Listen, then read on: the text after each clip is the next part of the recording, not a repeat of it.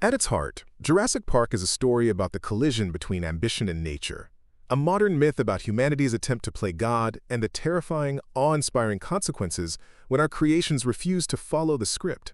It's a cautionary tale wrapped in the spectacle of a lifetime, exploring the profound idea that just because we can do something doesn't mean we should, and that the systems we build to control the uncontrollable are often far more fragile than we could ever imagine. The dream begins to crack long before the first tourist sets foot on the island, starting with a brutal and fatal accident involving a velociraptor during a routine transfer. This incident rattles the park's investors, who now demand a full on-site endorsement from leading experts before they'll sign off. This forces the park's creator, the endlessly optimistic John Hammond, to leave his island paradise and travel to the Badlands of Montana. His targets are the world's foremost paleontologists, Dr. Alan Grant, a man who loves dinosaurs but famously dislikes children, and his partner, the brilliant paleobotanist Dr. Ellie Sattler. They are, understandably, skeptical of Hammond's pitch, but he knows exactly how to persuade them, making an offer they simply can't refuse: full funding for their dig for 3 more years. While Hammond is securing his experts, however, a far more insidious threat is brewing within his own walls. The park's disgruntled lead computer programmer, Dennis Nedry, feeling underpaid and underappreciated, makes a clandestine deal with a corporate rival to steal priceless dinosaur embryos. Unaware of the betrayal festering back at base, Grant and Sattler join Hammond, accompanied by the rock star chaotician Dr. Ian Malcolm and the investor's lawyer Donald Gennaro, for a helicopter flight to the mysterious Isla Nublar. The moment they touch down, the world they knew ceases to exist. Any lingering skepticism is obliterated when they witness their first living, breathing dinosaur, a majestic brachiosaurus, peacefully grazing in a vast open field. You can see the shift in Grant's entire being. A lifetime of studying bones culminates in this one impossible, beautiful moment. With his audience utterly captivated by the miracle he has wrought, a beaming John Hammond delivers his grand, theatrical welcome. The tour continues, revealing the park's scientific secrets through a charming animated video featuring Mr. DNA. Here, they learn that the dinosaurs were cloned using DNA from prehistoric mosquitoes preserved in amber, with the gaps in the genetic code cleverly filled using frog DNA. The park's head geneticist, Dr. Henry Wu, then explains their ultimate safety measure.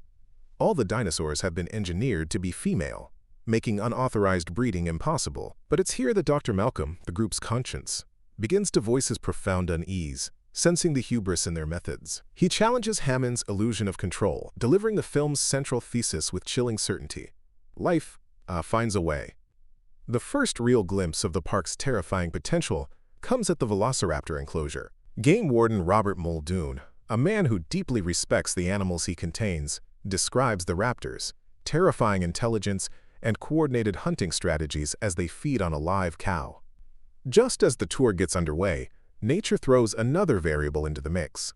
An approaching tropical storm forces the park to cut the tour short and send most of the staff back to the mainland. This storm provides the perfect cover for Nedry's corporate espionage. He initiates a program that disables critical security systems across the entire park, including the electric fences, to grant him access to the embryo cold storage. This single act of greed leaves the tour vehicles, carrying Grant, Sattler, Malcolm, Gennaro, and Hammond's own grandchildren, Lex and Tim, stranded and powerless directly outside the Tyrannosaurus Rex paddock. The tremor in the water glass gives way to a full-blown nightmare as the T-Rex, freed from its now powerless enclosure, smashes through the fence and unleashes a terrifying assault on the vehicles. In the ensuing chaos, the cowardly Gennaro is devoured, and Malcolm is badly injured while creating a diversion. It is Dr. Grant who rises to the occasion, his paternal instincts kicking in as he manages to escape with a terrified Lex and Tim, leading them into the relative safety of the jungle.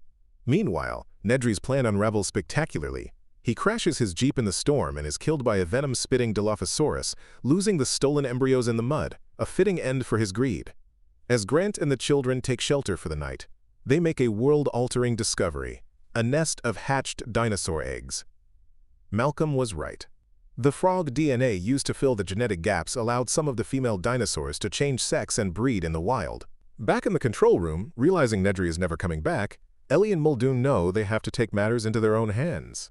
Their only hope is to journey to a remote maintenance shed to manually reboot the park's entire system. This desperate mission leads to tragedy when Muldoon, the expert hunter, is brilliantly outmaneuvered and killed by a velociraptor, his final words an acknowledgement of his opponent's skill: "Clever girl." Ellie, however, succeeds in her mission, restoring the park's power just before she is ambushed by another raptor, forcing her into a desperate flight for her life. That restored power has immediate and terrifying consequences for Grant and the kids, who are in the middle of climbing a perimeter fence. Tim is thrown from the top, severely electrocuted, but Grant's quick thinking and frantic CPR manage to bring him back, cementing his transformation from reluctant guardian to devoted protector. The trio finally makes it back to the seeming safety of the visitor center, only to realize they are not alone. Two velociraptors have also found their way inside and begin to stalk them through the building. What follows is one of the most terrifying games of hide-and-seek ever put to film, as Lex and Tim are hunted through the industrial kitchen. Using their wits, they manage to evade the hyper-intelligent predators, with Lex cleverly trapping one of the raptors inside a walk-in freezer. After a joyful reunion with Grant and Ellie, it's Lex's turn to be the hero. Using her hacking skills, she navigates the park's computer system to reboot the security protocols and lock the control room doors, saving them from the remaining raptor just in the nick of time. Their victory is short-lived. The raptors break into the control room and ultimately corner the four survivors in the main rotunda, leaving them with absolutely nowhere to run. Just as the raptors are about to deliver the final blow, salvation arrives from the most unexpected and colossal of saviors. The T-Rex, the park's original monster, crashes into the rotunda and engages the raptors in a vicious battle, a clash of prehistoric titans that inadvertently allows the humans to escape. The survivors, including a rescued Malcolm and a profoundly humbled John Hammond, finally flee the island in the helicopter. As they fly towards civilization, Grant, who has found a new purpose in protecting these children, watches over them as he gazes out at a flock of pelicans. A quiet, beautiful reminder of nature's true, enduring, and uncontrollable order. In the end, Jurassic Park is a powerful testament to the idea that life cannot be contained.